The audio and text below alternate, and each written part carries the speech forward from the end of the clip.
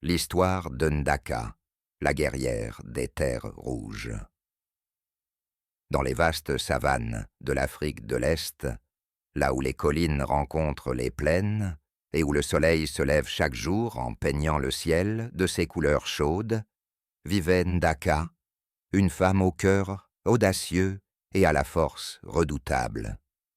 Dès sa naissance, le destin de Ndaka semblait tracé. Elle n'était pas destinée à vivre comme les autres femmes du village, dédiées au foyer et aux récoltes. Depuis son enfance, elle rêvait de se battre aux côtés des hommes, de défendre sa terre et son peuple contre les dangers qui menaçaient la paix de son village. Un jour, alors que Ndaka n'avait que 12 ans, un groupe de pillards menaçait les terres rouges. Ces envahisseurs venaient du nord, espérant s'emparer des ressources et asservir les habitants. Le village était dans la panique, et même les plus courageux des guerriers craignaient l'arrivée de ces étrangers puissants et violents. C'était lors de ce moment critique que Ndaka fit entendre sa voix. Elle n'était encore qu'une adolescente, mais sa détermination, elle, était celle d'une adulte. Elle demanda au chef des guerriers, son oncle Omari, de la laisser se joindre à eux. Omari rit au début, pensant que c'était une blague, mais la persévérance de Ndaka finit par le convaincre. Elle ne voulait pas être protégée, elle voulait se battre pour les siens, protéger ceux qu'elle aimait.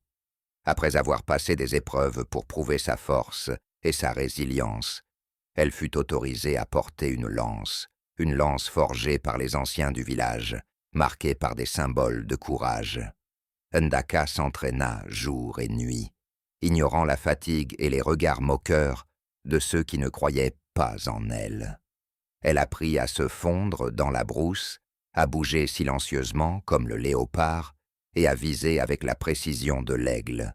Petit à petit, son oncle Omari vit en elle quelque chose de spécial, une force inébranlable, une volonté indomptable qui dépassait celle de beaucoup de guerriers du village. Le jour de l'attaque arriva, et Ndaka était prête.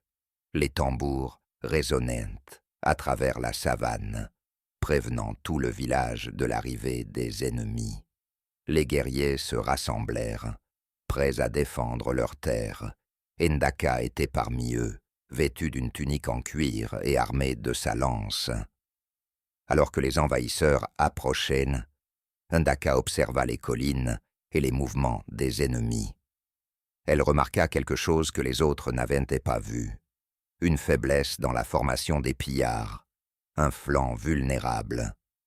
Avec une audace sans pareille, Ndaka mena un petit groupe de guerriers à contourner les ennemis par derrière, exploitant cette faille. Sa stratégie changea le cours de la bataille. Les ennemis, surpris par l'attaque inattendue, commencèrent à se disperser, perdant leur cohésion.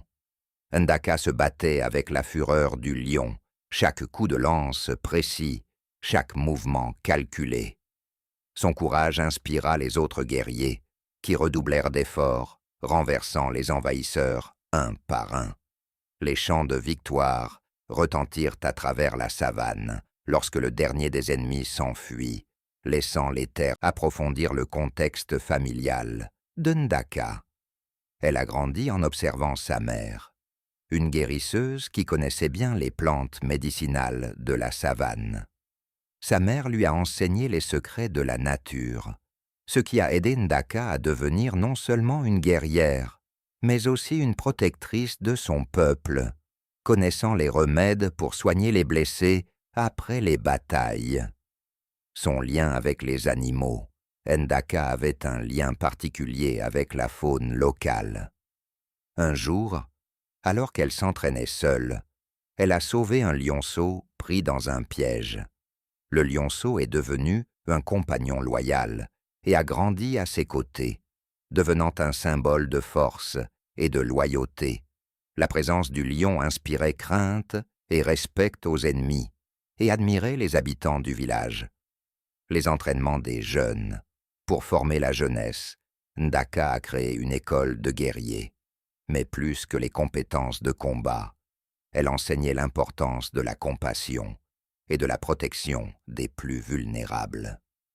Elle insista pour que chaque guerrier connaisse le rôle des autres dans le village, encourageant une solidarité collective. Le Conseil des Anciens. Après ses victoires, Ndaka fut invité à rejoindre le Conseil des Anciens, un rôle prestigieux rarement offert aux femmes. Sa présence a changé les discussions, apportant une perspective plus équilibrée qui incluait aussi les préoccupations des femmes et des enfants. Elle joua un rôle majeur dans la prise de décision pour la paix et la sécurité du village. L'histoire des envahisseurs.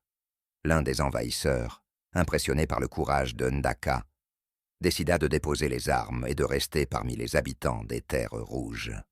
Ndaka lui accorda la miséricorde et lui permit de prouver sa loyauté en travaillant pour la communauté, ce qui montra que le pardon et la rédemption étaient aussi des forces puissantes.